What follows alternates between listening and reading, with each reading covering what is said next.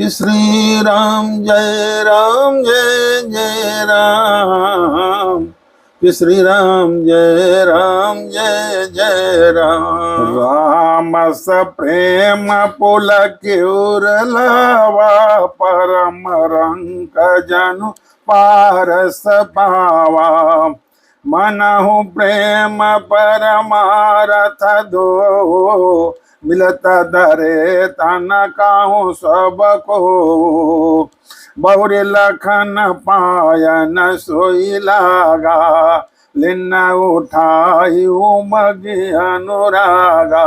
पुनसिय चरण धूर धरि सीसा, जननी जान शीस दिन आशीसा। किन्ह निषाद दंडवत तेहि, मिलऊ मुदित लखी राम सनेहि। अरे पियत नयन पुट रूप पियासा, मुदित सुवासनु पाई झिमि भूखा। ते पितु मात कहाहू सखी कैसे, जिन पठाए बन बालक ऐसे। राम लखन सिया रूप निहारी, ओहि स्नेह बिकल नर नारी। तब रघुबीर अनेक विधि, अर सखी सिखावन दिन। राम रजाय सुशीष धरी, भवन गवन ते किन। श्री रामचंद्र ने प्रेम पूर्वक पुलकित होकर उसके हृदय लगा लिया। उसे इतना आनंद हुआ मानो कोई महादरिद्र मनुष्य पारस पा गया हो।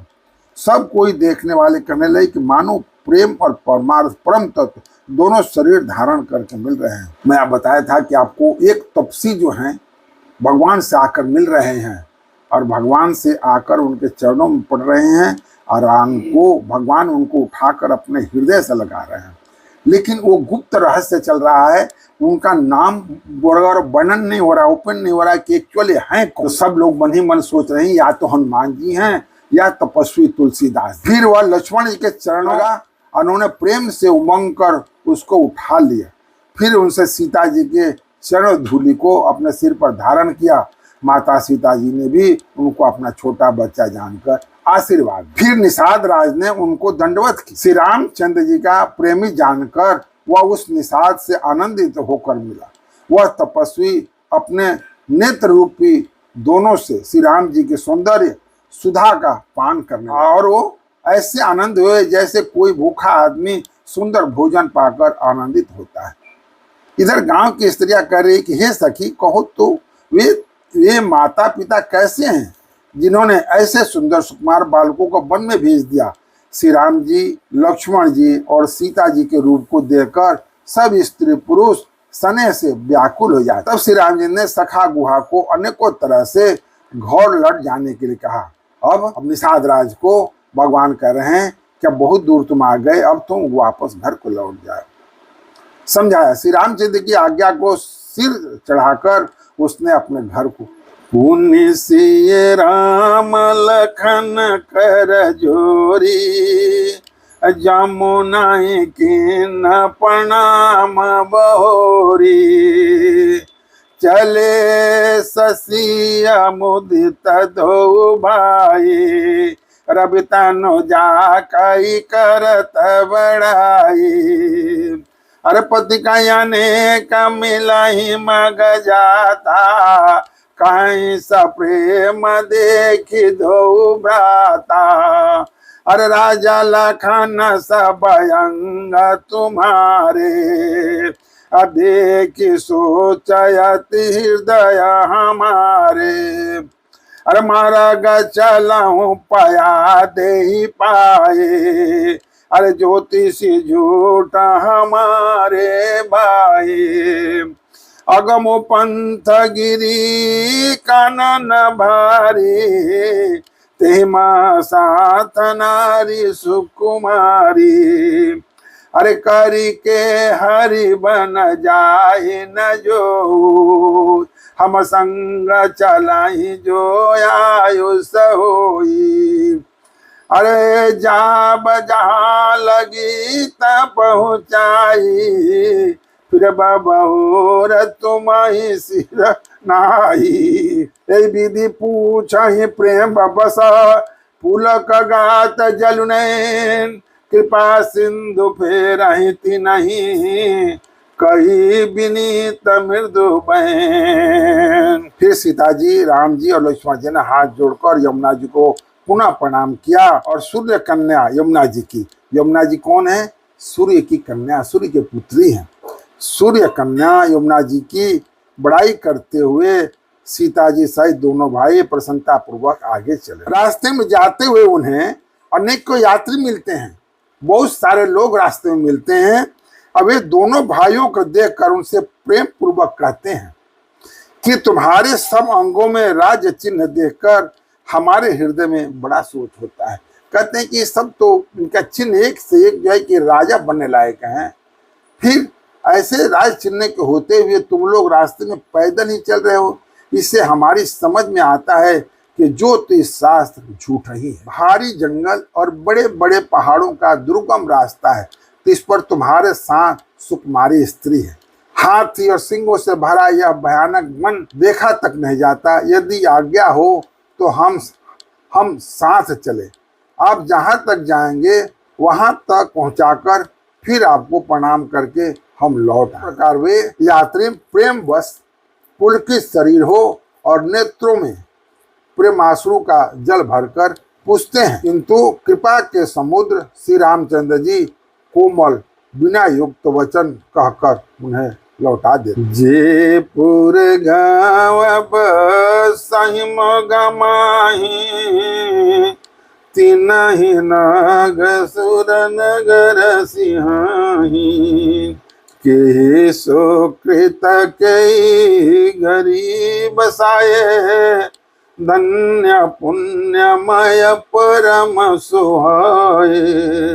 जह जह राम चरण चल जाही, तिन समान अमरावती नाही।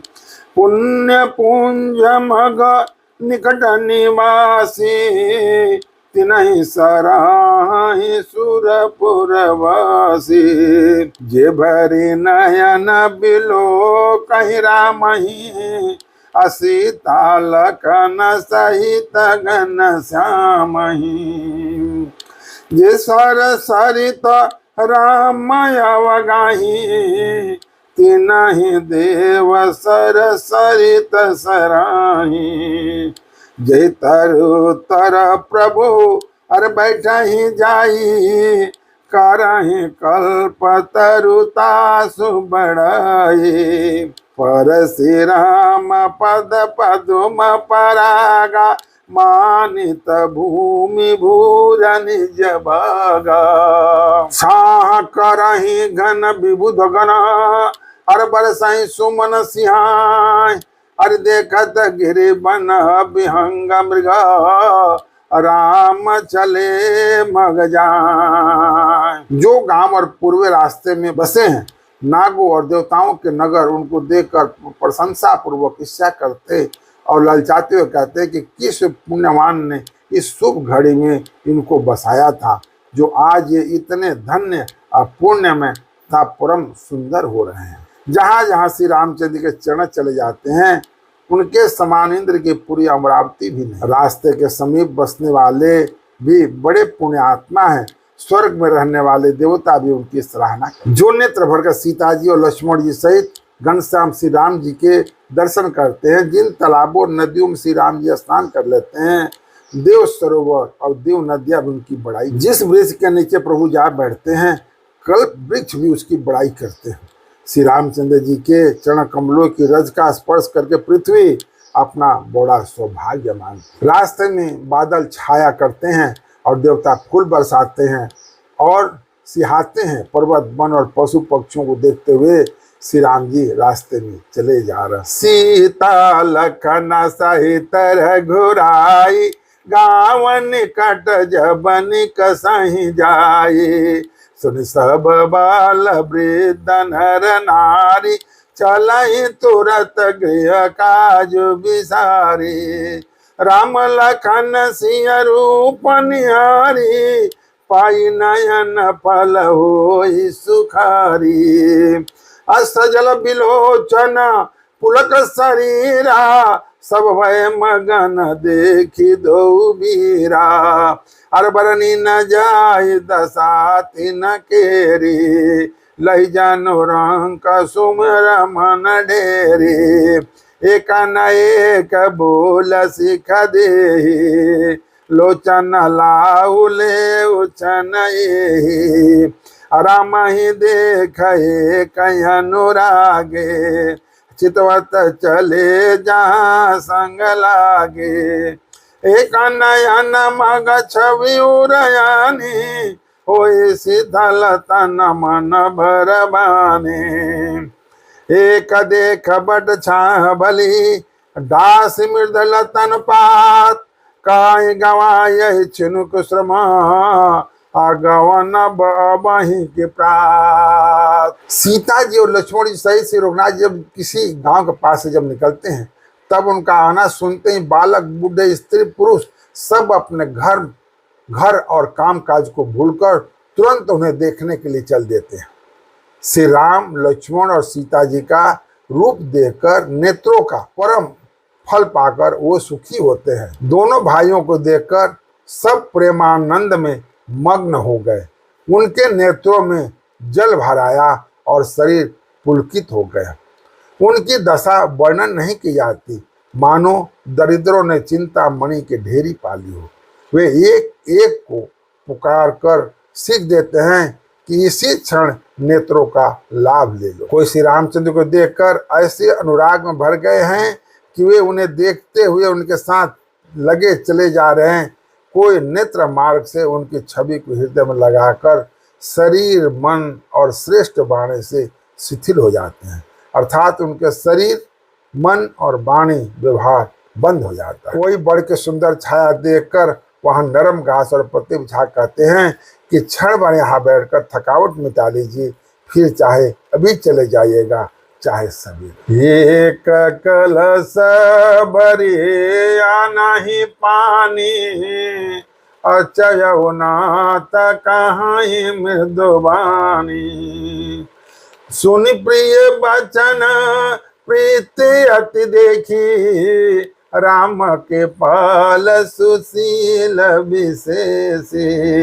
जाने श्रमित सिया आया मन माही, घड़ी का विलंब किन्न बट चाही। मुदित नारी नर देखहि शोभा, अरूप अनूप नयन मनोलोभा।